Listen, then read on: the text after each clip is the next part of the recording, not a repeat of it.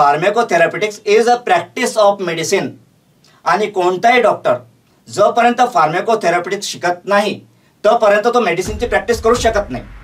हा जो सब्जेक्ट आहे हा एसेन्शियल आहे प्रॅक्टिसिंग ऑफ मेडिसिनसाठी. मग तुम्हाला का बरं याची गरज आहे? कारण हा तर डॉक्टर्स लोकांसाठी हा सब्जेक्ट आहे. मग ॲज अ फार्मासिस्ट तुम्हाला का शिकायचं आहे हा सब्जेक्ट? बिकॉज तर तुम्हाला सगळ्यांना माहीत असेल की every drug is a poison and every poison is a drug.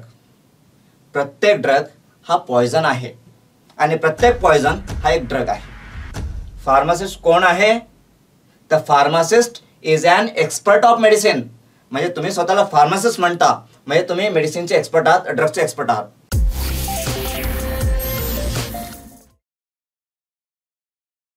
माझ्या फार्मासिस्ट मित्रांनो, मी प्रोफेसर सुनील बाकलीवाल.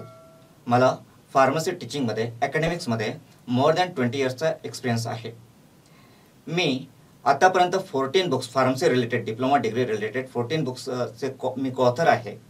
याच्यामध्ये माझ्या जे मोस्ट पॉप्युलर बुक्स आहेत त्याच्यामध्ये diploma in pharmacy exit examination, फार्मसीचं recruitment examination, pharmacotherapeutics, pharmacology, pharmaceutics ह्या काही माझ्या बुक्स आहेत ज्या तुम्ही रेफर केलेल्या असतील. नेराली पब्लिकेशनने माझे हे बुक्स पब्लिश केलेले आहेत.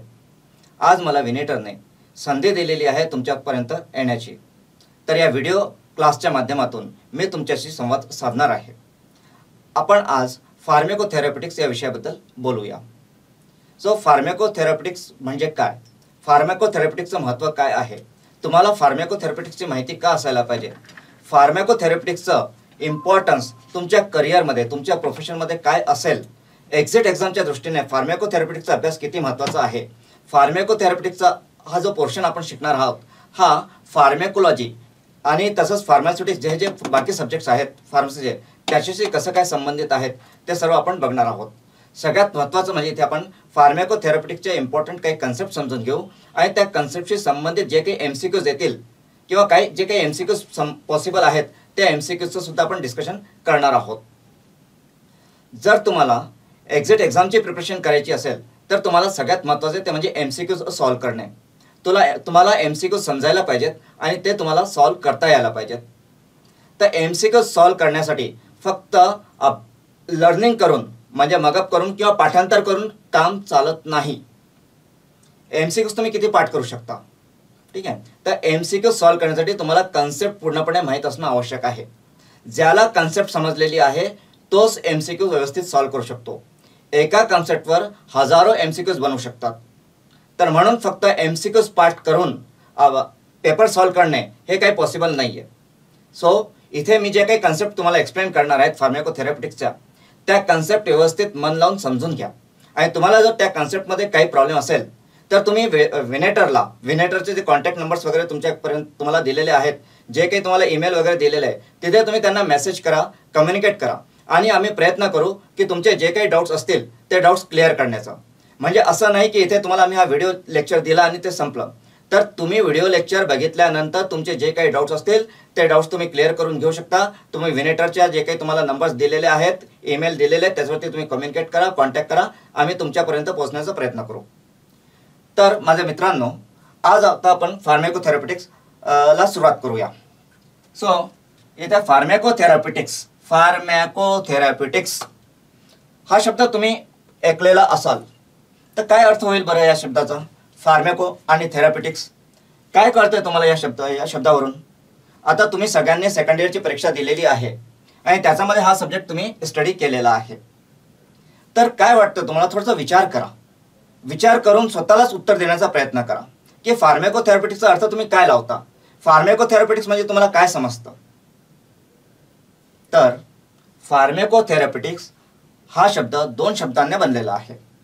पहिला शब्द फार्माको म्हणजे फार्मॅकॉन आणि फार्मॅकॉन म्हणजे काय तर माहीतच आहे तुम्हाला. फार्मॅकॉन म्हणजे ड्रग, मेडिसिन. फार्मॅकॉग्नॉसीमध्ये पण तुम्ही हा शब्द शिकलेला असाल. सो फार्मॅकॉन शब्दाचा अर्थ काय होतो? Drug, medicine. तर फार्मॅकॉनपासून फार्मॅको हा शब्द आलेला आहे. आणि थेरॅप्युटिक्स, तर थेरॅप्युटिक या शब्दाचा अर्थ काय होतो? तर थेरॅप्युटिक्स या शब्दाचा अर्थ होतो use of drug to treat a disease. डिसीजला ट्रीट करण्यासाठी, डिसीजेस डिसऑर्डरचे उपचार करण्यासाठी डिसीजला प्रिव्हेंट करण्यासाठी प्रॉफिलॅक्सिस म्हणून जे काही एजंट वापरतो आपण किंवा जे ड्रग्ज वापरतो तर त्याला म्हणतात थेराप्युटिक यूज. तुम्ही प्रश्न सॉल्व केलेला असेल फार्माकोलॉजीमध्ये, फार्माकोथेरॉपिटिक्समध्ये, फार्माकॉग्नोसीमध्ये प्रश्न विचारला जातो, give the therapeutic uses of therapeutic uses.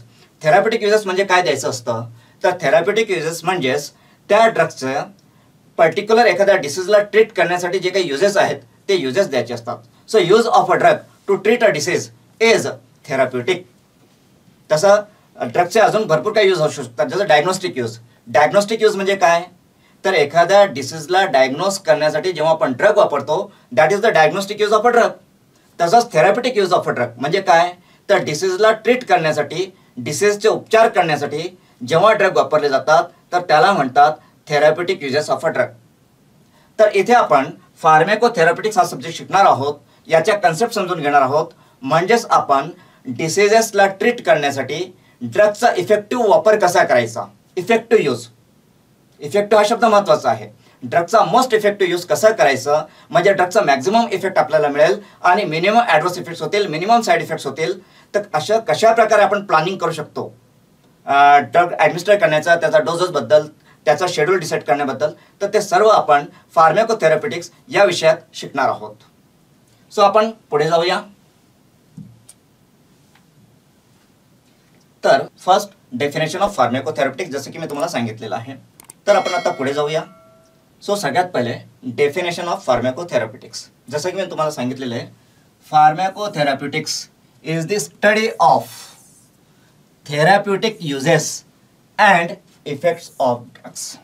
Okay, therapeutic uses. So therapeutic uses means use of a drug to treat a disease and effect of drugs.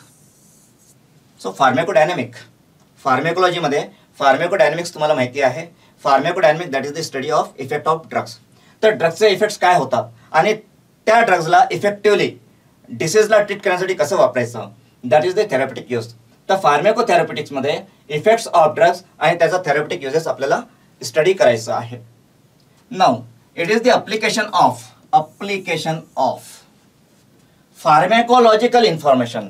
काय म्हटलेलं आहे, pharmacological information. Now what is it, pharmacological information म्हणजे काय, तर तुम्हाला माहिती आहे की pharmacology has two branches, one is pharmacokinetic, second one is फार्माकोडायनॅमिक.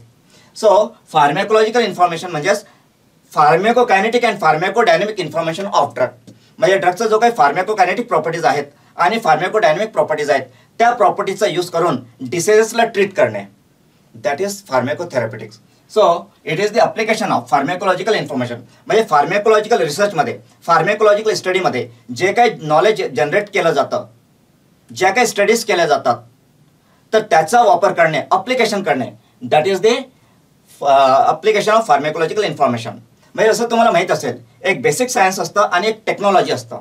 तर बेसिक सायन्स आणि टेक्नॉलॉजीमध्ये काय फरक आहे, तर बेसिक सायन्स फॉर एक्झाम्पल न्यूटन्सचे लॉ हा बेसिक सायन्स आहे. तर टेक्नॉलॉजी काय, तर application of Newton's law is technology.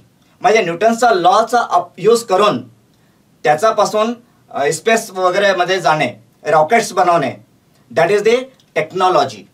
तर तसंच इथे फार्माकोलॉजी जे आहे that is the basic science आणि फार्माकोलॉजिकल सायन्स, फार्माकोलॉजिकल स्टडीचं अप्लिकेशन करणे, that is technology and that is the फार्माकोथेरॉपिटिक्स.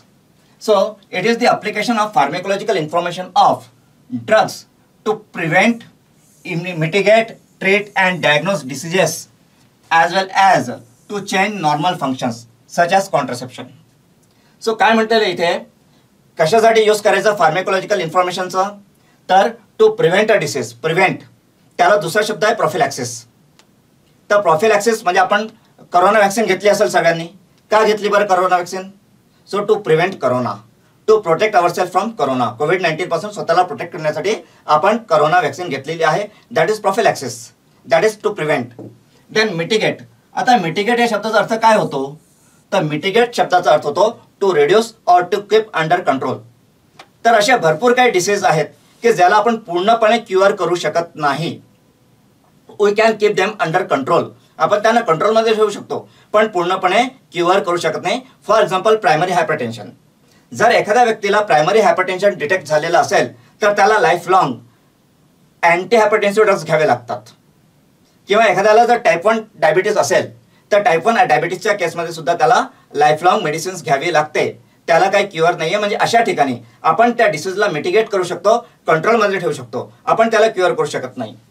Then treat म्हणजे उपचार करणे, डायग्नोस म्हणजे निदान करणे. तर कुठल्याही डिसीजसाठी किंवा डिसऑर्डरसाठी त्याला प्रिव्हेंट करण्यासाठी, मिटिगेट करण्यासाठी, ट्रीट करण्यासाठी, डायग्नोस करण्यासाठी जेव्हा आपण ड्रगचा वापर करतो आणि त्याच्यामध्ये फार्मेकोलॉजिकल इन्फॉर्मेशनचा यूज करतो तर दॅट इज फार्मेकोथेरप्युटिक्स. आता इथे म्हटलेलं diseases as well as to change normal functions. तर हे जे काही ड्रग्ज आहेत हे ड्रग्ज फक्त डिसीज ट्रीट करण्यासाठीच वापरले जातात का? तर असं नाही आहे. भरपूर वेळेस जे आपले नॉर्मल फंक्शन्स असतात बॉडीचे, फिजिओलॉजिकल फंक्शन्स, तर फिजिओलॉजिकल फंक्शन्सला चेंज करण्यासाठी सुद्धा आपण ड्रग्सचा वापर करतो. For example contraceptives. So what are contraceptives? So contraceptives are the agents which prevent pregnancy or contraceptives are used for contraception. तर कॉन्ट्रासेप्शन या शब्दाचा अर्थ काय? तर कॉन्ट्रासेप्शन या शब्दाचा अर्थ होतो टू प्रिव्हेंट प्रेग्नन्सी. तर प्रेग्नन्सी प्रिव्हेंट करण्यासाठी सुद्धा जे काही एजंट आपण वापरतो तर दोज आर ऑल्सो दे, ते पण आपल्या फार्मेकोथेरप्युटिक्समध्ये आपल्याला त्याचा स्टडी करायचा आहे. ओके. तर ड्रग्सचा वापर डिसीजेसला ट्रीट करण्यासाठी, त्याचप्रमाणे नॉर्मल फंक्शन झालं, फॉर एक्झाम्पल जे काही मेन्स्ट्रुअल सायकल असेल किंवा जे प्रेग्नन्सी रिलेटेड असेल त्याला चेंज करण्यासाठी सुद्धा आपण ड्रग्सचा वापर करतो अँड त्याचं स्टडी सुद्धा फार्मेकोथेरप्युटिक्समध्ये कव्हर केलं जातं. Then pharmacotherapeutics includes determination of therapeutic objectives, selection of the most appropriate drug, route of administration, doses and duration of treatment. काय समजतंय तुम्हाला याच्यावरून? सो जेव्हा तुम्ही डॉक्टरकडे जाता आणि डॉक्टर जेव्हा तुमचा चेकअप करतो तर सगळ्यात पहिले तो काय करतो? तर सगळ्यात पहिले डॉक्टर डायग्नोसिस करतो. डायग्नोसिस करतो म्हणजे तुम्हाला काय आजार आहे त्याचा तो निदान करतो आणि त्याला जेव्हा आजार समजतो तो डायग्नोसिस करून घेतो. त्यानंतर मग तो त्याचं प्लॅनिंग करतो. कसं प्लॅनिंग करतो? तर तुम्हाला काय ट्रीटमेंट द्यायची, कशी ट्रीटमेंट द्यायची, किती दिवस ट्रीटमेंट द्यायची. तर हे जे काही प्लॅनिंग असतं डॉक्टरचं, ज्याला आपण प्रोटोकॉल म्हणतो. काय म्हणतो? प्रोटोकॉल. तर प्रत्येक डिसीजसाठी डॉक्टरांचे प्रोटोकॉल्स असतात. एखाद्याला जर हार्ट अटॅक आलेला असेल तर त्याचा प्रोटोकॉल असेल, एखाद्याला हायपरटेन्शन असेल तर त्याचा डिफरंट प्रोटोकॉल असेल, एखाद्याला डेंग्यू झालेला असेल तर त्यासाठी डॉक्टरांचा प्रोटोकॉल असतो. तर डॉक्टरांचा प्रोटोकॉल म्हणजे डॉक्टर जे काही प्लॅनिंग करतो पेशंटला ट्रीट करण्यासाठी, इंडिव्हिज्युअलाइज प्लॅनिंग, प्रत्येक पेशंट वाईज तो प्लॅनिंग करतो, त्या प्लॅनिंगला म्हणतात प्रोटोकॉल. आता हे जे प्रोटोकॉल्स असतात हे थ्रूआउट इंडिया सेम आहेत. म्हणजे जर तुम्ही ॲलोपॅथी, मॉडर्न मेडिसिनचा विचार केला तर मॉडर्न मेडिसिनमध्ये तुम्ही पूर्ण भारतात कुठेही जा किंवा पूर्ण जगामध्ये कुठेही जा, तुम्हाला सेम टाईप ऑफ ट्रीटमेंट मिळेल. ठीक आहे. म्हणजे जर हायपरटेन्शन असेल तर त्यासाठी आपल्या महाराष्ट्रामध्ये वेगळा प्रोटोकॉल आणि जम्मू काश्मीरमध्ये वेगळा किंवा दिल्लीमध्ये वेगळा असं नाही आहे. सगळीकडे तुम्हाला सेमच टाईपचे ट्रीटमेंट तिथे दिली जाईल. म्हणजे एक स्टँडर्डायझेशन आहे प्रोटोकॉलचा, एक प्लॅनिंगचा. तसं तुम्हाला आयुर्वेदामध्ये दिसणार नाही. आयुर्वेदामध्ये असे काही प्रोटोकॉल्स नाही आहेत, पण मॉडर्न मेडिसिन्समध्ये असे प्रोटोकॉल्स तुम्हाला दिसतील. तर हे प्रोटोकॉल्स म्हणजे प्लॅनिंग. प्लॅनिंग म्हणजे मग डॉक्टर काय काय विचार करतो, डॉक्टर काय काय डिसिजन घेतो, डॉक्टर कशा प्रकारे विचार करतो, ह्या गोष्टी सगळ्या फार्मेकोथेरप्युटिक्समध्ये येतात. फार्मेकोथेरप्युटिक्स म्हणजेच प्रॅक्टिस ऑफ मेडिसिन. दुसऱ्या शब्दात सांगायचं असेल तर pharmacotherapeutics is a practice of medicine. आणि कोणताही डॉक्टर जोपर्यंत फार्मेकोथेरप्युटिक्स शिकत नाही तोपर्यंत तो मेडिसिनची प्रॅक्टिस करू शकत नाही. सो प्रॅक्टिस ऑफ मेडिसिनसाठी pharmacotherapeutics is the most important subject. तर इथे आता डॉक्टर प्रोटोकॉल्स बनवतात किंवा प्लॅनिंग करतात, तर ते कशा प्रकारे करतात? तर सगळ्यात पहिले डिटर्मिनेशन ऑफ थेरप्युटिक ऑब्जेक्टिव्स. आता डिटर्मिनेशन ऑफ थेरप्युटिक ऑब्जेक्टिव्ह याचा अर्थ काय होईल बरं? तर सपोज एखादा हायपरटेन्शनचा पेशंट आहे. त्या हायपरटेन्शनच्या पेशंटला सपोज त्याचा बीपी जो आहे, ब्लड प्रेशर, तो असेल सपोज 280 आणि 280च्या वरती असेल. सिस्टोलिक ब्लड प्रेशर अबाउट 280 आहे. तर असं होईल का की डॉक्टर सिंगल डोस देईल आणि डायरेक्टली 280चा ब्लड प्रेशर 140 वर तो आणेल? असं होईल का? तर असं होत नाही. डॉक्टर काय करतो, पहिले 280 आहे का हायपरटेन्शन, तर 280ला तो पहिले 240 पर्यंत आणण्याचा प्रयत्न करेल किंवा 200 पर्यंत आणण्याचा प्रयत्न करेल पहिल्या डोजमध्ये. नंतरच्या डोजमध्ये तो त्या 200ला अजून खाली 170 पर्यंत आणण्याचा प्रयत्न करेल आणि मग नेक्स्ट डोजमध्ये तो त्याला 140 पर्यंत आणण्याचा प्रयत्न करेल. तर याला म्हणतात डिटर्मिनेशन ऑफ थेरप्युटिक ऑब्जेक्टिव्ह, म्हणजे गोल डिसाईड करणे.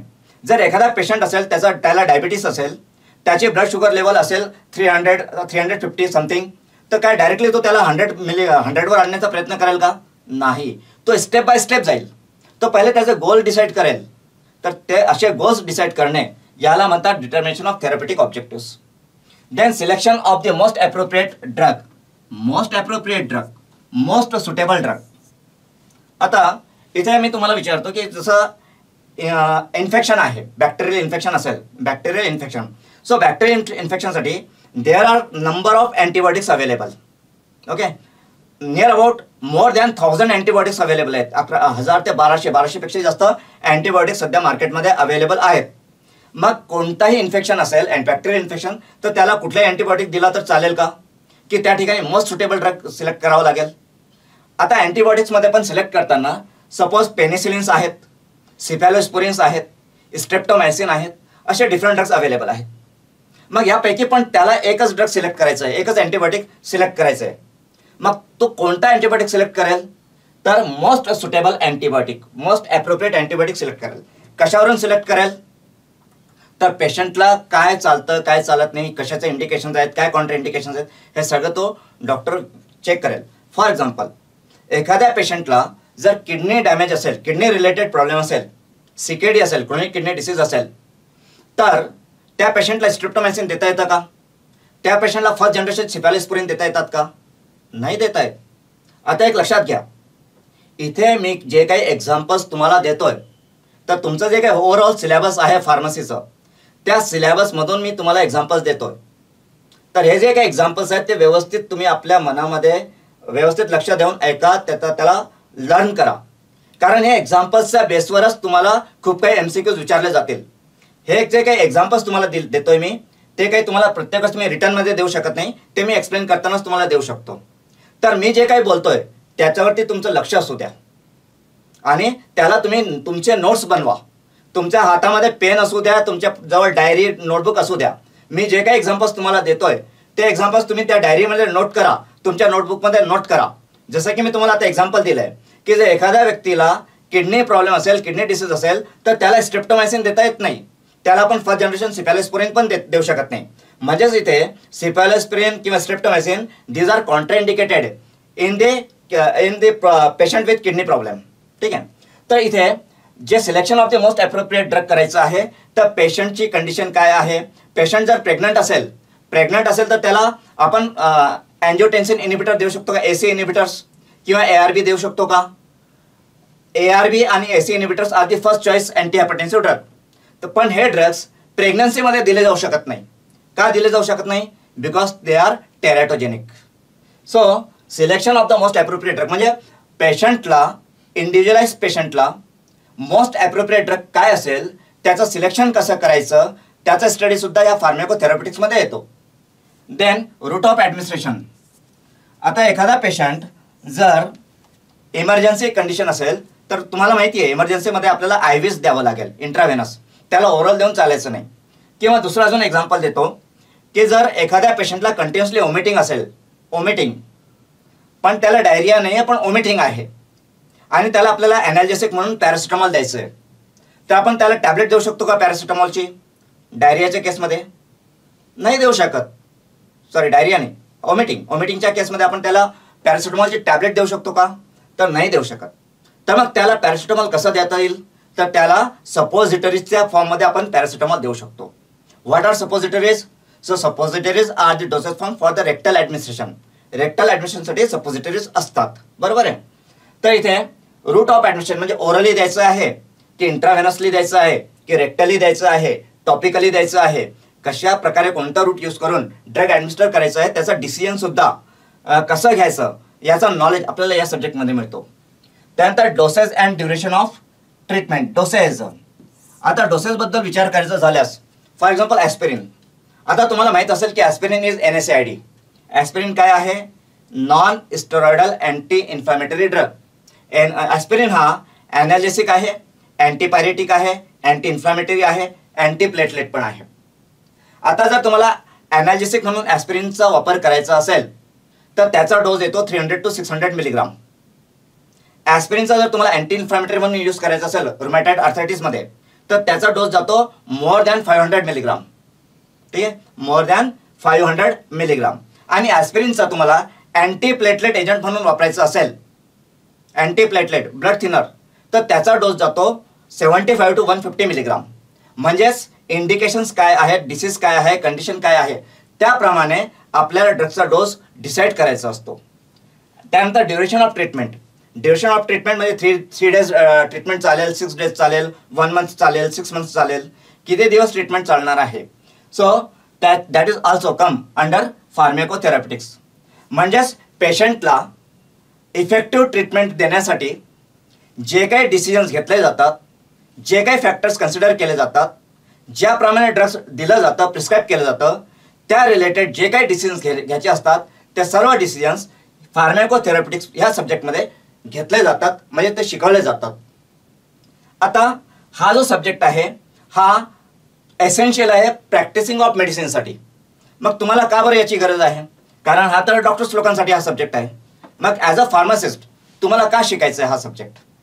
बिकॉज तुम्ही फार्मासिस्ट आहात. तुमचं काम आहे पेशंट काउन्सिलिंग करणे, पेशंटला ॲडवाईस करणे, त्याला प्रॉपर ट्रीटमेंट काय चालू आहे ते समजावून सांगणे. कारण डॉक्टरला एवढा वेळ नसतो. पेशंट काउन्सिलिंगमध्ये जर तुम्ही पेशंटला, तुम्हाला जर प्रोटोकॉल कळत असेल, डॉक्टरचा प्रोटोकॉल, म्हणजे डॉक्टरने MRI सांगितलेलं आहे तर बहुतेकदा पेशंट काय म्हणतात, हा डॉक्टर तर 10,000 रुपये असंच खर्च करायला लावतोय. बरोबर आहे, कारण त्याचं कमिशन असेल त्याच्यामध्ये. पण भरपूरदा हे टेस्ट कंपल्सरी असतात, जरुरी असतात, आवश्यक असतात. आणि तुमचा क्लोज पेशंट असेल तो तुम्हाला विचारत असेल की बाबा हे MRI सांगितलेलं आहे डॉक्टरांनी तर खरंच करावं लागेल का? जर तुम्ही त्या पेशंटला कन्व्हिन्स केलं की हो करावं लागतं किंवा करावं लागत नाही, जे काही असेल तुमचं ओपिनियन, तर तो पेशंट म्हणजे तुम्हाला अजून जास्त रिस्पेक्ट देईल, त्याचा पण कन्सेप्ट क्लिअर होईल, तुमचा पण जो रोल आहे तो रोल तिथे क्लिअर होतो आणि पेशंट जे आहे त्याचा विश्वास वाढतो तुमच्यावर पण, डॉक्टरावरती पण, आणि तो लवकर बरा होतो. म्हणून तुम्हाला डॉक्टर्स लोकांचे प्रोटोकॉल समजणं आवश्यक आहे. दुसरी गोष्ट, आजकाल प्रॅक्टिसमध्ये असं पण असू शकतं की काही डॉक्टर्स, नवीन डॉक्टर असेल, फ्रेशर असेल, तर त्याचे प्रोटोकॉल चुकू शकतात. तर अशा वेळेस तुम्हाला जर समजत असेल की डॉक्टरचा प्रोटोकॉल बरोबर आहे का चुकीचं आहे, तर तुम्ही दुसरं जे डॉक्टर आहे त्याचं तुम्ही कन्सल्टेशन घेऊ शकता, सेकंड ओपिनियन घेऊ शकता की हा डॉक्टर करतो ते बरोबर आहे की नाही. म्हणजे इथे तुम्ही जे काउन्सिलिंग तुमचा पार्ट आहे, पेशंट काउन्सिलिंग, तो पार्ट तुम्ही परफेक्टली करू शकता.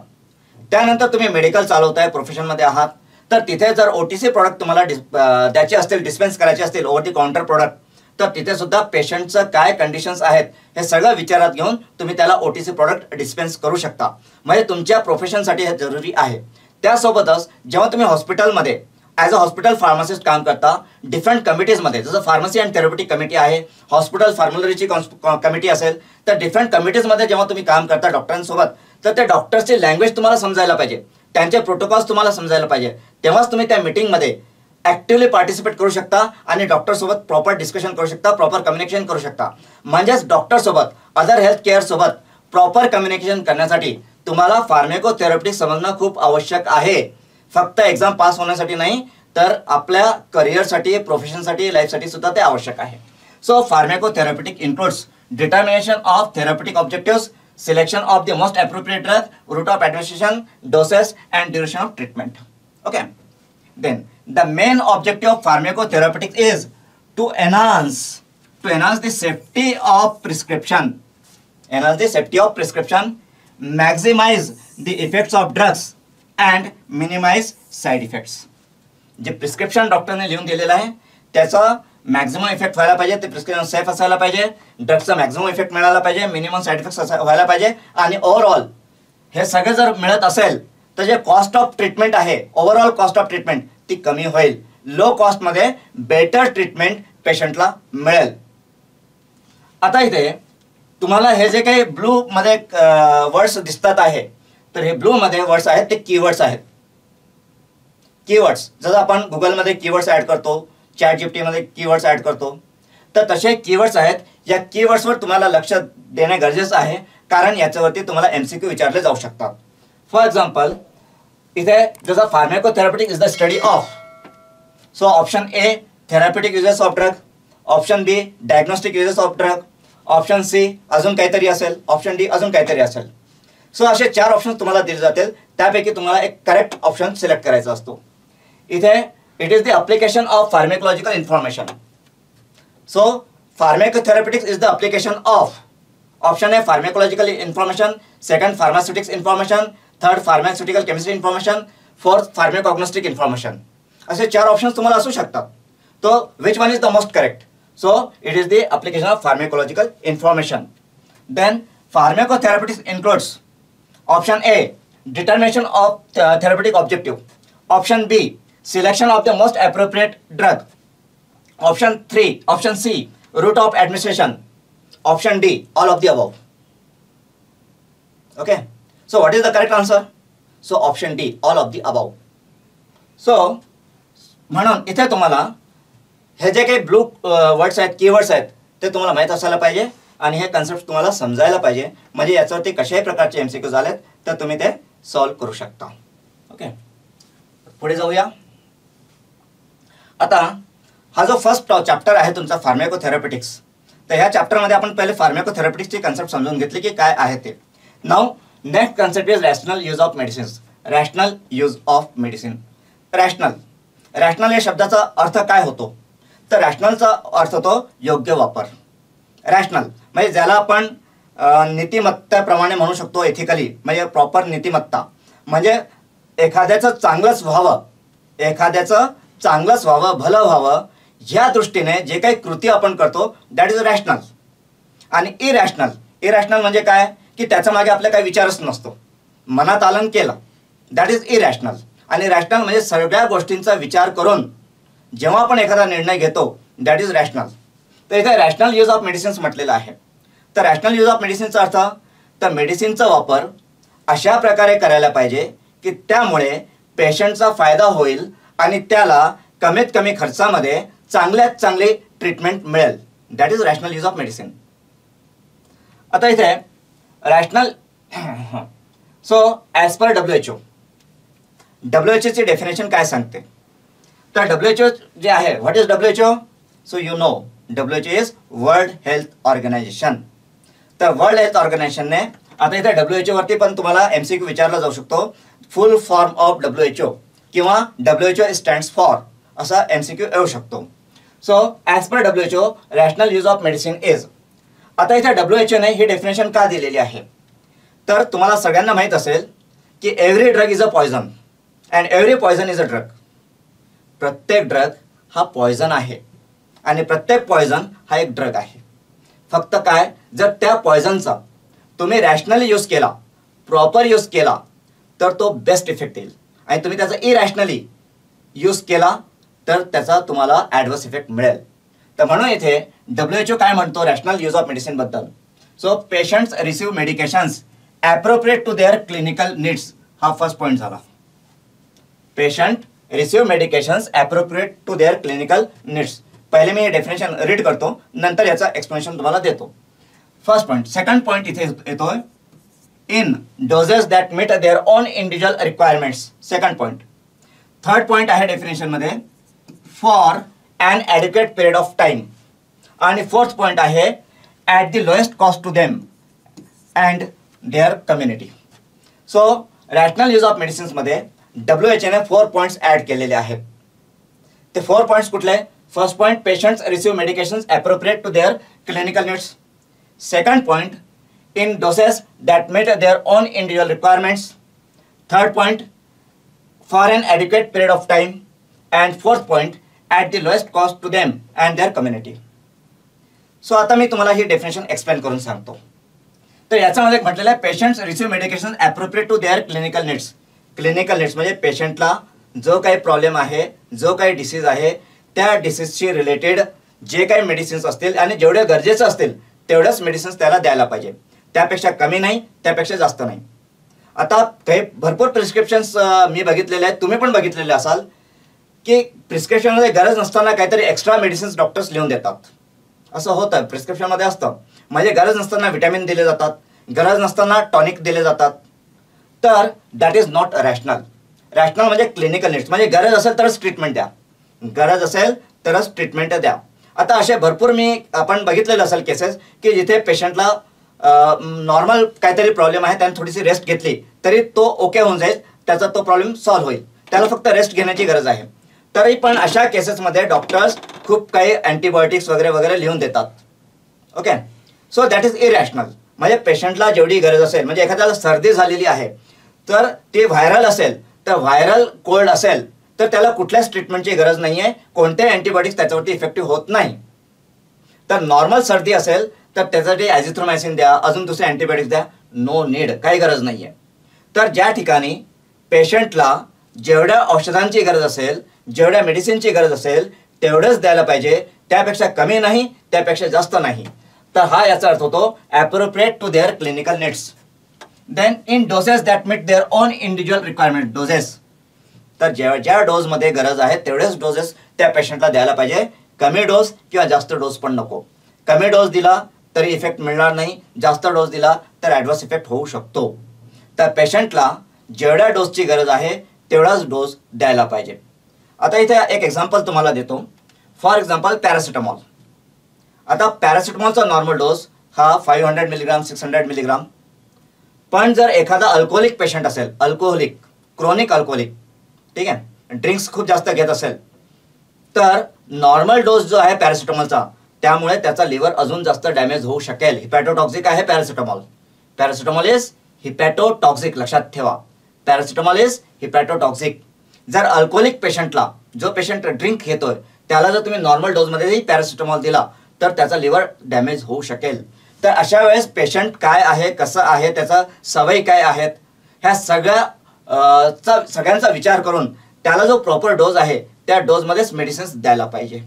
ओके, देन अजून मी इथे तुम्हाला भरपूर काही एक्झाम्पल्स देऊ शकतो, पण ते आपण फार्मेकोलॉजीमध्ये बघूया.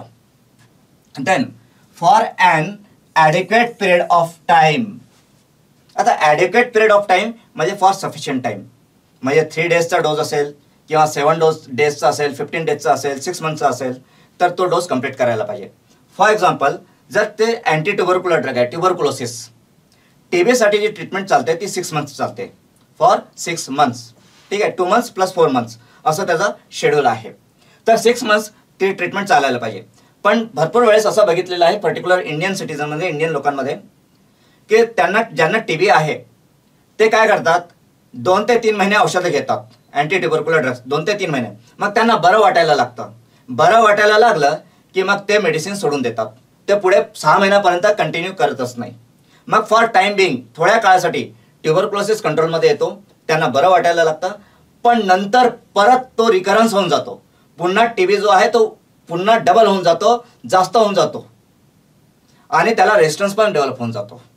म्हणजे जर ॲडिक्वेट टायमिंगसाठी मेडिसिन्स जर दिल्या गेल्या नाहीत सफिशियंट पिरियडसाठी तर त्याचे ॲडव्हर्स इफेक्ट्स होऊ शकतात. सो पेशंटला जे काही मेडिसिन आहे ते ॲडिक्वेट टाईमसाठी मिळायला पाहिजे, सफिशियंट टाईमसाठी मिळायला पाहिजे. Then at the lowest cost, सगळ्यात महत्त्वाचं आहे, भारतासारख्या देशामध्ये जिथे मेडिसिनसाठी इन्शुरन्स मिळत नाही किंवा प्रत्येकाकडे इन्शुरन्स नाही आहे मेडिसिनसाठी, तर तिथे ही गोष्ट खूप महत्त्वाची आहे. आपल्या देशामध्ये म्हणजे लोकांकडे पैसा नसल्यामुळे तर पूर्णपणे मेडिसिन घेत नाही. डॉक्टरांनी 10 दिवसाचा डोस दिला असेल तर पेशंट जाऊन 3च दिवसाचा डोस घेतो मेडिकलवरती, राईट. सो इथे ही गोष्ट लक्षात ठेवायला पाहिजे की रॅशनल यूज ऑफ मेडिसिन्समध्ये स्पेसिफिकली म्हटलेलं आहे की पेशंटला जी काही मेडिसिन्स मिळायला पाहिजे ते लोएस्ट कॉस्टमध्ये त्याला मिळायला पाहिजे. So overall what is rational use of medicine? So rational use of medicine is patients receive medication appropriate to their clinical needs. Second point, in doses that meet their own individual requirements. Third, for an adequate period of time and at the lowest cost to them and their community. ठीक आहे. So नाव इथे पण तुम्हाला MCQ विचारला जाऊ शकतो. MCQ अशा प्रकारे विचारला जाईल की rational use of medicine is option A, patients receive medications appropriate to their clinical needs. Option B, in doses that meet their own individual requirements. Option C, at the lowest cost to them and their community. And option D, all of the above. Okay. So जर तुम्हाला ही definition completely माहीत असेल तर तुम्ही या MCQचं उत्तर देऊ शकता.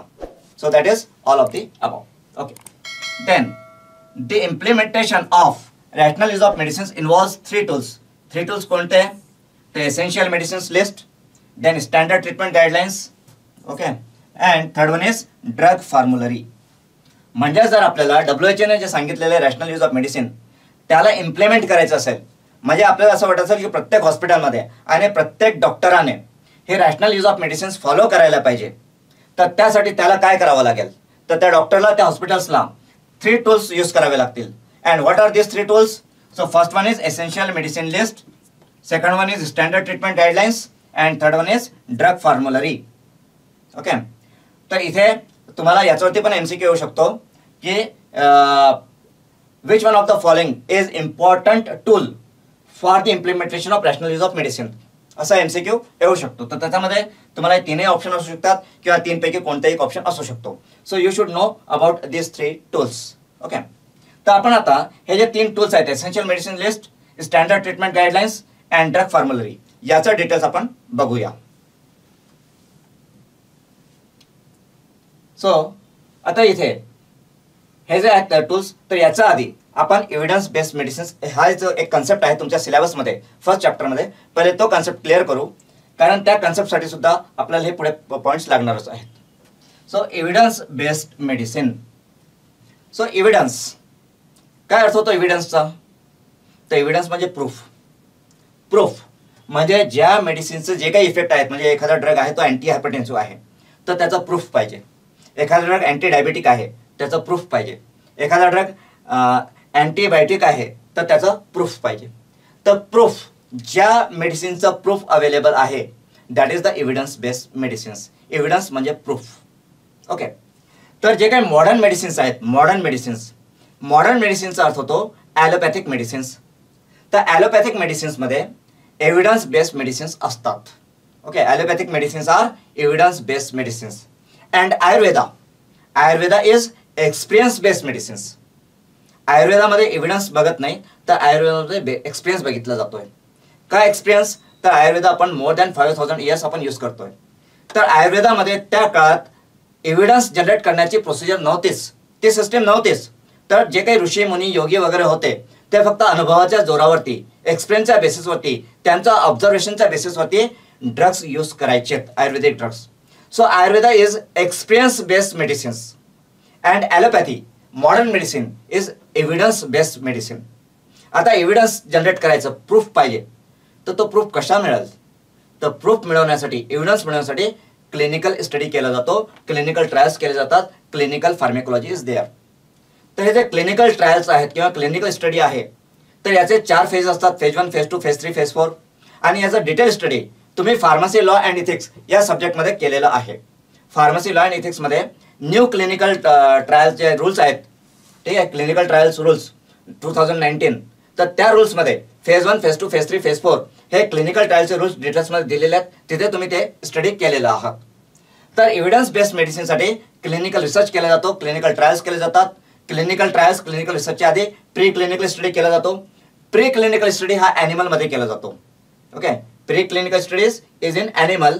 आणि ह्युमॅनमध्ये, मॅन आणि वुमेनमध्ये जे काही स्टडी केला जातो to know the effects of drug, ड्रग्सचे इफेक्ट्स काय आहेत, म्हणजे ड्रग्सचा थेरापेटिक इफेक्ट असतील, ॲडव्हान्स इफेक्ट असतील, जे काही इफेक्ट्स असतील, फार्मॅकोलॉजिकल इफेक्ट्स ऑफ ड्रग, तर ड्रगचे फार्मॅकोलॉजिकल इफेक्ट्स जे काही असतील ते माहीत करून घेण्यासाठी क्लिनिकल ट्रायल्स केले जातात, क्लिनिकल स्टडी केला जातो, रिसर्च केला जातो in man and woman.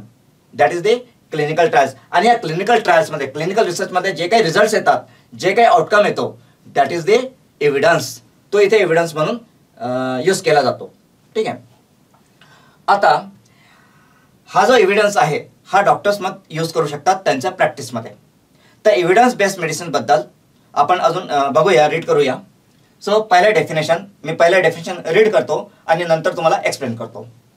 So evidence based medicine is a systematic approach. हा शब्द लक्षात घ्या, सिस्टमॅटिक अप्रोच. कशासाठी systematic approach? So systematic approach to medicine in which doctors and other health care professionals, doctors you know आणि other health care professionals. काय अर्थ होतो याचा? तर अदर हेल्थ केअर प्रोफेशनल्स म्हणजेच pharmacist and nurses. Pharmacist, nurses त्याच्यामध्ये येतात. So systematic approach to medicines in which doctors and other healthcare professionals use the current best scientific evidence from clinical research to make decisions about the care of individual patients. तर ही जी definition आहे तुम्हाला थोडी complicated वाटत असेल, याच्यामध्ये काही नवीन शब्द तुमच्यासाठी असतील. आता तुम्ही ते ऑलरेडी स्टडी केलेलं असाल सेकंड इयरमध्ये, तरी पण तुम्हाला ते नवीन वाटत असेल तर I will explain it now. तर बघा काय म्हटलेलं आहे, evidence based medicine is a systematic approach. Systematic अप्रोचचा अर्थ काय होतो, तर सिस्टमॅटिक अप्रोचचा अर्थ होतो प्रॉपर प्लॅनिंग करून, की पहिली ही स्टेप असेल, दुसरी ही स्टेप असेल, इकडून माहिती घेऊ तिकडून माहिती घेऊ, याला विचारू, किंवा जे काही आपलं प्रॉपर प्लॅनिंग असतं, सिस्टमॅटिक प्लॅनिंग असतं, तर that is a systematic approach. जसं तुम्हाला जर एखाद्या ठिकाणी टूरला जायचं असेल, US ला UK ला कुठे तुम्हाला टूरला जायचं असेल, तर तुम्ही सिस्टमॅटिकली प्लॅनिंग करता की कुठून कुठे जायचं, कोणत्या फ्लाईटचं बुकिंग करायचं, कुठे उतरायचं, मग तिथून कसं पुढे जायचं, हे सगळं तुमचं सिस्टमॅटिक प्लॅनिंग असतं. तसंच इथे जे काही मेडिसिन्स आपल्याला वापरायचे असतील पेशंटसाठी, तर त्या पेशंटसाठी मेडिसिन्स वापरण्यासाठी जे काही सिस्टमॅटिक प्लॅनिंग केलं जातं, दॅट सिस्टमॅटिक प्लॅनिंग हे एव्हिडन्स बेस्ड मेडिसिनमध्ये येतं. ठीक आहे. So it include systematic approach to medicines in which. आता हे सिस्टमॅटिक प्लॅनिंगमध्ये किंवा सिस्टमॅटिक अप्रोचमध्ये काय इन्क्लूड होतं, तर इन्क्लूड होतं यूज दी करंट म्हणजे आता 2024 चालू आहे, तर 2024मध्ये एखाद्या ड्रगबद्दल जी काही लेटेस्ट इन्फॉर्मेशन अवेलेबल असेल, जी क्लिनिकल रिसर्च थ्रू बाहेर आलेली आहे किंवा अदर डॉक्टरच्या एक्सपिरियन्स थ्रू बाहेर आलेली आहे, ती लेटेस्ट इन्फॉर्मेशन यूज करणे. फॉर एक्झाम्पल तुम्हाला माहीत असेल की काही ड्रग्स असे असतात, आता फॉर एक्झाम्पल रॅनिटिडिन ड्रग. ठीक आहे. तर रॅनिटिडिन हा जो ड्रग आहे तो आपण H2 ब्लॉकर म्हणून अँटासिड म्हणून वापरतो. तर याच्यामध्ये आपण त्याला आतापर्यंत सेफ समजत आलो होतो, पण आता मागच्या 2 वर्षाआधी रिपोर्ट आली की it is not so safe, तो एवढा सेफ नाही आहे. तर दरवर्षी तुम्ही बघत असाल की काही मेडिसिन्स असे असतात ते मार्केटमधून बाहेर काढले जातात. का बाहेर काढले जातात, तर नवीन जे काही रिसर्च येतं त्या रिसर्चप्रमाणे त्या मेडिसिनचा जर ॲडव्हर्स इफेक्ट असेल किंवा काहीतरी दुसराच इफेक्ट होत असेल, तर मग त्या मेडिसिन्सला बॅन केलं जातं. तर दरवर्षी असे भरपूर काही ड्रग्स आहेत की ज्यांचं बॅनिंग होतं, ते बॅन केले जातात. आणि हे बॅन कोण करतो, तर हा CDSCO जे आहे, माहीत असेल तुम्हाला CDSCO, central drug standard control organisation, CDSCO ड्रग्सला बॅन करण्याचं काम करतो. तर जे काही क्लिनिकल रिसर्च चालतात throughout country, throughout the world, त्याच्यामधून जे काही रिपोर्ट्स बाहेर येतात, त्या रिपोर्ट्सवरून ड्रग्सचा इफेक्ट किती आहेत, कशामध्ये ते वापरू शकतो, तर ह्या सगळ्यांचा स्टडी करून त्याचं जे काही लेटेस्ट अपडेटेड नॉलेज आहे ते नॉलेज घेऊन मग त्याला प्रिस्क्राईब करणे. सो हे करंट. त्यानंतर बेस्ट सायंटिफिक एव्हिडन्स याचा अर्थ की जे काही क्लिनिकल ट्रायल्सच्या मेथड्स असतील, तर त्याच्यामध्ये जे काही बेस्ट मेथडने क्लिनिकल ट्रायल्स केलेले असतील, त्याच मेथडचा रिझल्ट ॲक्सेप्ट करायला पाहिजे. क्लिनिकल ट्रायल्स खूप काही लोक करतात, पण त्या प्रत्येकाचा क्लिनिकल ट्रायल्स हा सायंटिफिक असेलच असं काही नाही.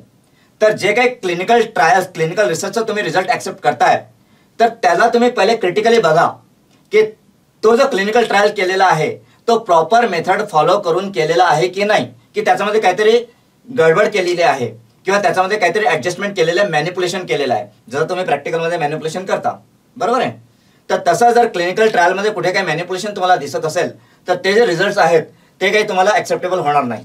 तर बेस्ट सायंटिफिक एव्हिडन्स किंवा बेस्ट सायंटिफिक मेथड असायला पाहिजे आणि त्याच्यामधले ते एव्हिडन्स यूज करायला पाहिजेत. ठीक आहे. So best scientific evidence from clinical research to make decisions about the care of individual patients. म्हणजे इंडिव्हिज्युअल पेशंटची केअर करताना, तर मग इथे ओव्हरऑल काय मिनिंग झालं एव्हिडन्स बेस्ड मेडिसिनचा, तर इंडिव्हिज्युअल पेशंटची केअर करताना जे काही सिस्टमॅटिकली अप्रोच घेऊन म्हणजे प्रॉपर प्लॅनिंग करून मेडिसिनचं प्रॉपर लेटेस्ट अपडेटेड नॉलेज घेऊन ते मेडिसिन्स पेशंटला प्रिस्क्राईब करणे. तर या ठिकाणी जो डॉक्टर असतो तो त्याने नेहमी जे अपडेट असतात, म्हणजे आता तर इंटरनेटवर सगळे काही अपडेट अवेलेबल आहेत, जर्नल्समध्ये अपडेट्स अवेलेबल असतात, तर त्या डॉक्टरने स्वतःला अपडेट ठेवायला पाहिजे. आता डॉक्टरने अपडेट ठेवायला पाहिजे हे इथपर्यंत बरं. तुम्ही म्हणाल मग आमचं काय काम, आम्हाला काय गरज आहे, आम्ही फार्मासिस्ट आहोत, डॉक्टरचं काम बघतील. पण आता फार्मासिस्टचा रोल आहे ॲडवायझरचा. What is a pharmacist, who is a pharmacist? Pharmacist म्हणजे काय वाटतं तुम्हाला, काय आहे pharmacist, who is pharmacist? Doctor काय असतो, तर डॉक्टर पेशंटला ठीक करतो, त्याला तो मेडिसिन्स प्रिस्क्राईब करतो, डायग्नोस करतो. मग फार्मासिस्ट काय आहे, तर pharmacist is an expert of medicine. Pharmacist कोण आहे? तर pharmacist is an expert of medicine. म्हणजे तुम्ही स्वतःला फार्मासिस्ट म्हणता म्हणजे तुम्ही मेडिसिनचे एक्सपर्ट आहात, ड्रगचे एक्सपर्ट आहात. म्हणजे डॉक्टरकडे जे नॉलेज नसतं ड्रगबद्दल ते नॉलेज तुमच्याकडे असायला पाहिजे. फार्मसी हा जो कोर्स तयार केलेला आहे गव्हर्नमेंटने, D pharm, B pharm, pharm D, M pharm वगैरे, हे कशासाठी केलेलं आहे? तर ड्रग्सचे एक्सपर्ट तयार करण्यासाठी. डॉक्टर्स जे असतात ते फार्माकोथेरॉप्टिक्समध्ये एक्सपर्ट असतात, ते ओव्हरऑल ड्रगमध्ये एक्सपर्ट नसतात. पण pharmacist is expert of drug. तर फार्मासिस्टने स्वतःला ओळखायला पाहिजे आणि त्याने ड्रगचं पूर्ण डिटेल नॉलेज गेन करायला पाहिजे. म्हणजे जर तो डॉक्टरला पण त्याने ॲडवाईस करायला पाहिजे, म्हणजे डॉक्टरसुद्धा त्याच्याकडे ॲडवाईस घेण्यासाठी यायला पाहिजे. So pharmacist is an expert of drug आणि ड्रगचे एक्सपर्ट असल्यामुळे तुमच्याकडे ड्रग रिलेटेड जे काही लेटेस्ट नॉलेज आहे ते लेटेस्ट नॉलेज तुमच्याकडे असायलाच पाहिजे. ओके. देन इथे the randomise controlled clinical trial is considered to provide the most reliable evidence on the effectiveness of a drug. Randomized Controlled Clinical Trial RCT. लक्षात घ्या. तर क्लिनिकल ट्रायल्सच्या खूप काही मेथड्स आहेत, त्यापैकी ही एक मेथड आहे randomised controlled clinical trial. Okay. Many methods are there. So out of those this is the one method. तर इथे RCT, RCTचं फुल फॉर्म काय? तर randomised controlled clinical trial, and this is the most reliable evidence on the effectiveness of drug. Okay. चालेल, पुढे जाऊया. आता आपण येऊया एसेन्शियल मेडिसिन लिस्टकडे. म्हणजे जे आपण रॅशनल मेडिसिन यूजसाठी 3 टूल्स बघितले होते त्यापैकी एक टूल म्हणजे हा एसेन्शियल मेडिसिन लिस्ट. तर इथे एसेन्शियल मेडिसिन लिस्ट म्हणजे काय? तर ज्या एरियामध्ये, ज्या कंट्रीमध्ये, ज्या पॉप्युलेशनमध्ये जो डिसीज किंवा जे डिसीजेस जास्त प्रमाणात आहेत अशा डिसीजसाठी लागणारे जे इफेक्टिव्ह ड्रग्स आहेत ते ड्रग्स ह्या लिस्टमध्ये असतात.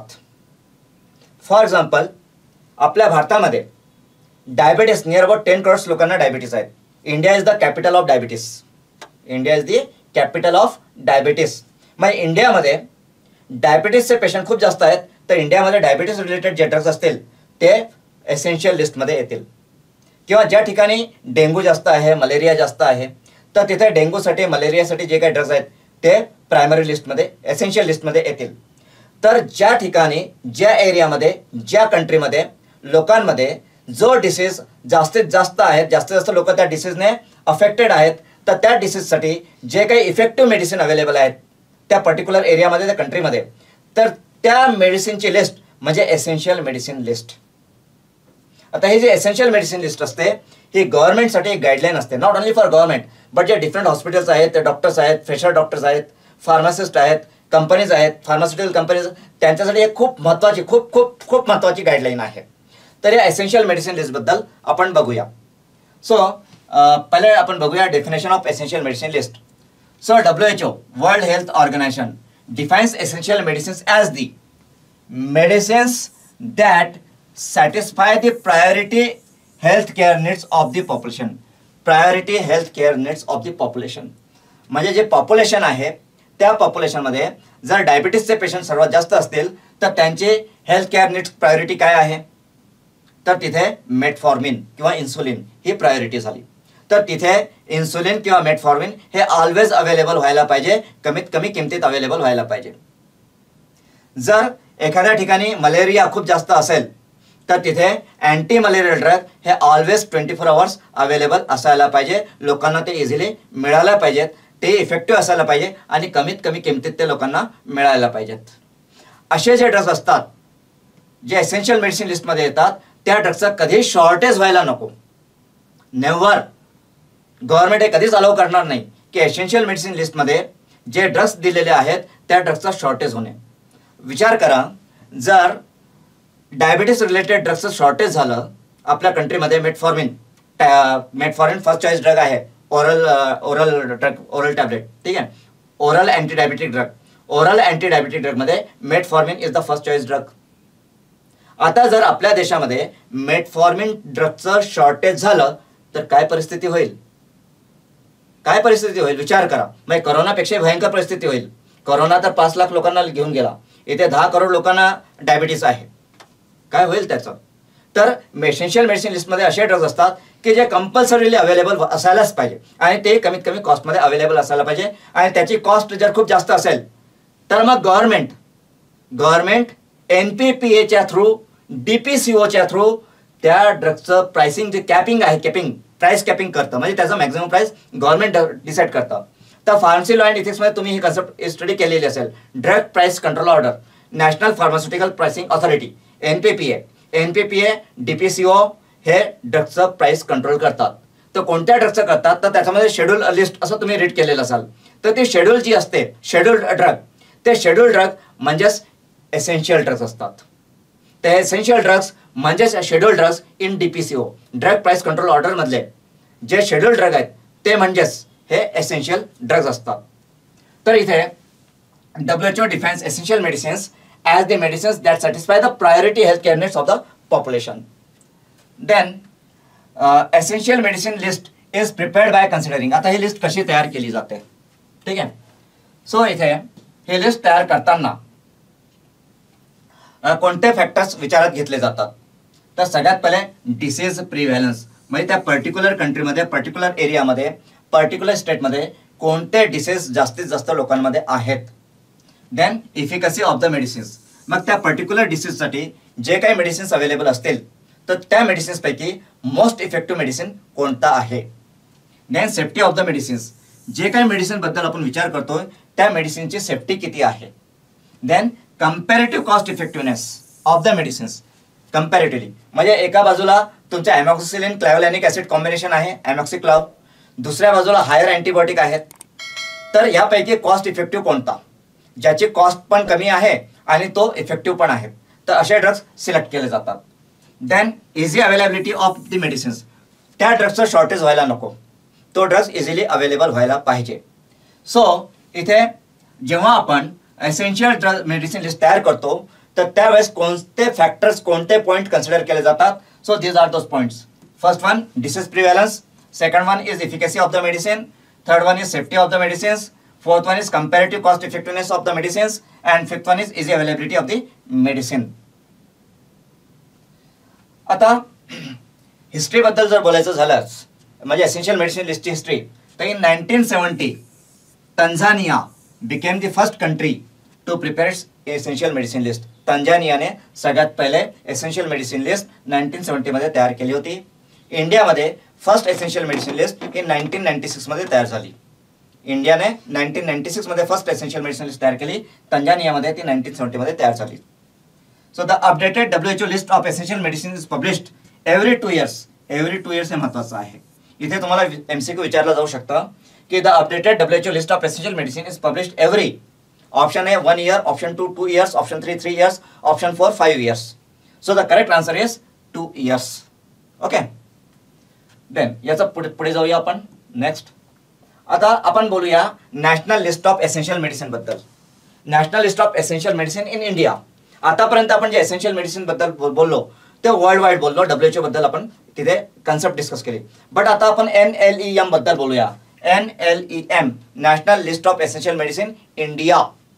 तर सगळ्यात पहिले मी तुम्हाला NLEM दाखवतो. तुम्ही मे बी बघितलेलं नसाल NLEM, तर मी तुम्हाला इथे NLEM दाखवतो. So C,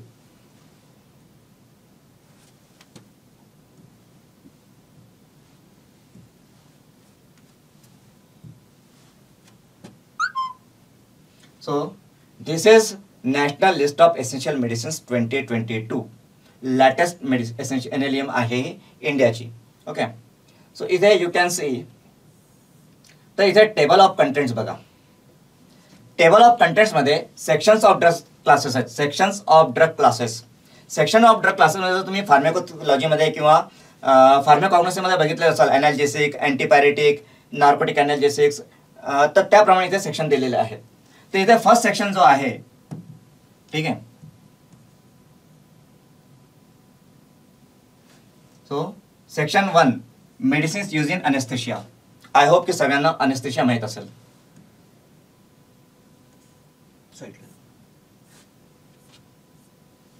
then section 2 analgesics, antipyretic, non steroidal, anti inflammatory. याच्यामध्ये then medicines used to treat gout and disease modifying agents used in rheumatoid arthritis. Section 3 anti-allergic, Section 4 antidote, Section 5 medicines used in neurological disorders, Section 6 anti-infective medicines, Section 7 anti-cancer agent, Section 8 medicines affecting blood, Section 9 blood products and plasma substitutes, Section 10 cardiovascular medicines, Section 11 dermatological medicines, Section 12 diagnostic agents, Section 13 dialysis component, then Section 14 antiseptics and disinfectants, Section 15 diuretics, Section 16 ear, nose and throat medicines, Section 17 gastrointestinal medicines, Section 18 hormones, other endocrine medicines and contraceptives, Section 19 immunologicals, Section 20 medicines for neonatal care, Section 21 ophthalmological medicines, Section 22 oxytocics and anxiolytics, then Section 23 medicines used in treatment of psychiatric disorder, then Section 24 medicines acting on the respiratory tract, Section 25 solutions correcting water electrolyte imbalance, Section 27 that is vitamins and minerals, and Section 27 medicines for COVID-19 management. So हे जे NLEM 2022 आहे याच्यामध्ये total 27 sections आहेत. लक्षात घ्या. How many sections are there? So there are 27 sections. Okay. So there are total 27 sections. तर जे drugs आहेत NLEM 2022 मध्ये लेटेस्ट NLEM मध्ये drugs are have been categorise into 27 sections.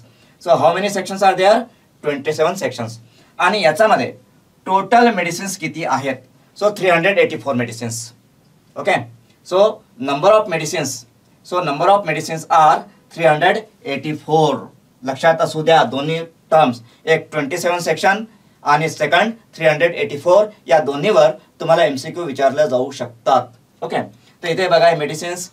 So halothane, isoflurane, ketamine, nitrous oxide या पद्धतीने इथे total 384 medicines आहेत. Okay. So NLEM काय आहे हे तुमच्या एक लक्षात आलेलं असेल. हे लिस्ट आहे जी की गव्हर्नमेंटने तयार केलेली आहे. गव्हर्नमेंट म्हणजे आपलं जे DPCO आहे किंवा ICMR ने ही लिस्ट तयार केलेली आहे इथे. ठीक आहे. ICMR जे आहे, what is ICMR? So ICMR is Indian council of medical research. तर इंडियामध्ये जी NLEM आहे, नॅशनल लिस्ट ऑफ NLEM. सो इंडियामध्ये जी national list of essential medicine आहे कोण तयार करतो? तर ICMR तयार करतं. ते रिवाइज करतं आणि ते every time ICMR publishes the NLEM. So national list of essential medicine. तर या NLEM बद्दल आपण बघूया. सो इथे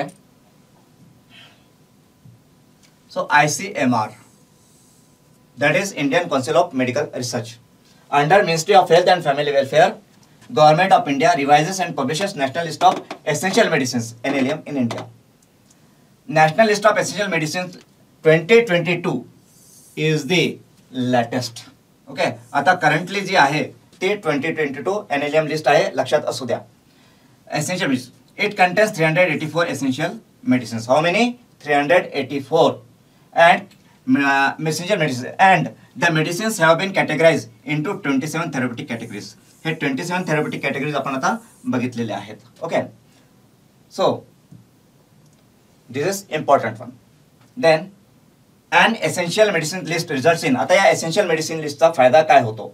तर एसेन्शियल मेडिसिन लिस्टमुळे better quality of medical care. Better quality of medical care म्हणजे काय? तर जेवढे काही गव्हर्नमेंट हॉस्पिटल्स आहेत, all government hospitals throughout India, पूर्ण भारतामध्ये जेवढे काही गव्हर्नमेंट हॉस्पिटल्स, पब्लिक हॉस्पिटल्स आहेत, they must have to follow this NLEM. त्यांना NLEM मधूनच ड्रग प्रिस्क्राईब करावे लागतात. जर एखादा ड्रग NLEM मध्ये नसेल आणि तो गरजेचाच असेल प्रिस्क्राईब करणं, तो रेअर ड्रग आहे, नवीनच आलेला आहे, NLEM मध्ये नाहीये आणि पेशंटची कॅपॅसिटी असेल तो ड्रग परचेस करायची, तर डॉक्टर तो ड्रग प्रिस्क्राईब करू शकतात. बट रूल असा आहे की जेवढे all public hospitals, state government असेल, म्युनिसिपालिटीचे असतील, सेंट्रल गव्हर्नमेंटचे असतील, तर त्यांनी या NLEMला मधलेच ड्रग प्रिस्क्राईब करायला पाहिजेत. ओके.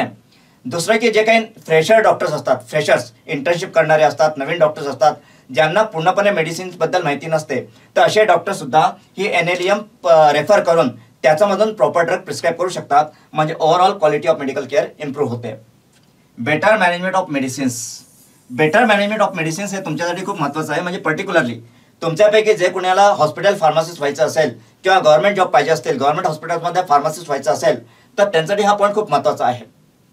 कारण तुम्हाला हॉस्पिटलमध्ये तुम्ही जे काही ड्रग्सचं ऑर्डर करता, जे काही पर्चेसिंग करतात ड्रग्सचं, जे काही स्टोरेज करतात, मेंटेनन्स करतात, ड्रग्सचं रेकॉर्ड मेंटेन करतात, तर ते सर्व या NLEM थ्रूच होत असतं. तुमचा जो काही हॉस्पिटलचा बजेट डिसाईड होतो मेडिसिनसाठी, ड्रगसाठी, तो पण NLEM प्रमाणेच होतो.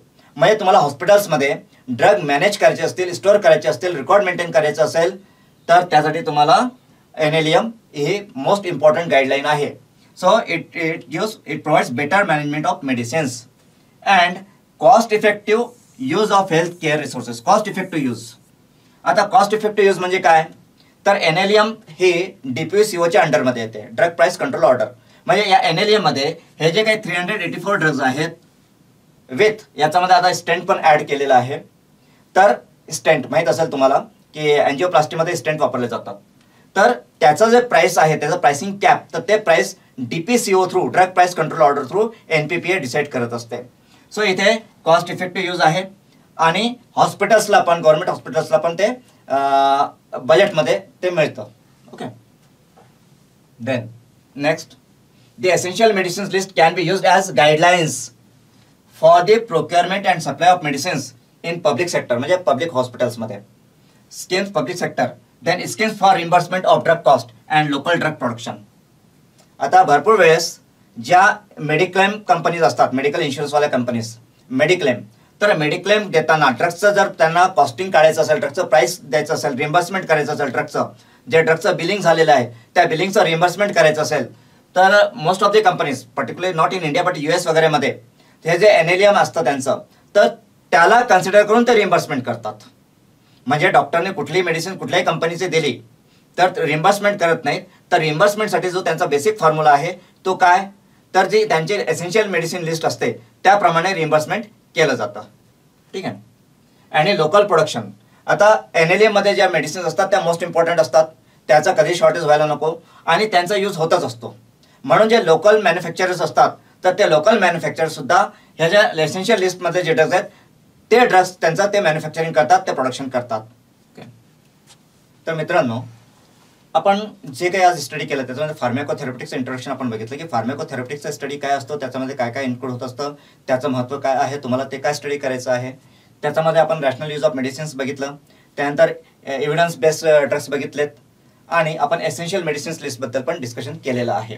तर हा एक इम्पॉर्टंट पार्ट आहे. याच्यामध्ये तुम्हाला भरपूर काही MCQs तुम्हाला मिळतील, भरपूर काही MCQs तुम्ही सॉल्व्ह करू शकता. तर याच्यामध्ये आता जो राहिलेला पार्ट आहे स्टँडर्ड ट्रीटमेंट गाईडलाईन्स किंवा स्टँडर्ड ट्रीटमेंट प्रोटोकॉल, त्याच्याबद्दल आपण पार्ट 2 मध्ये बोलूया.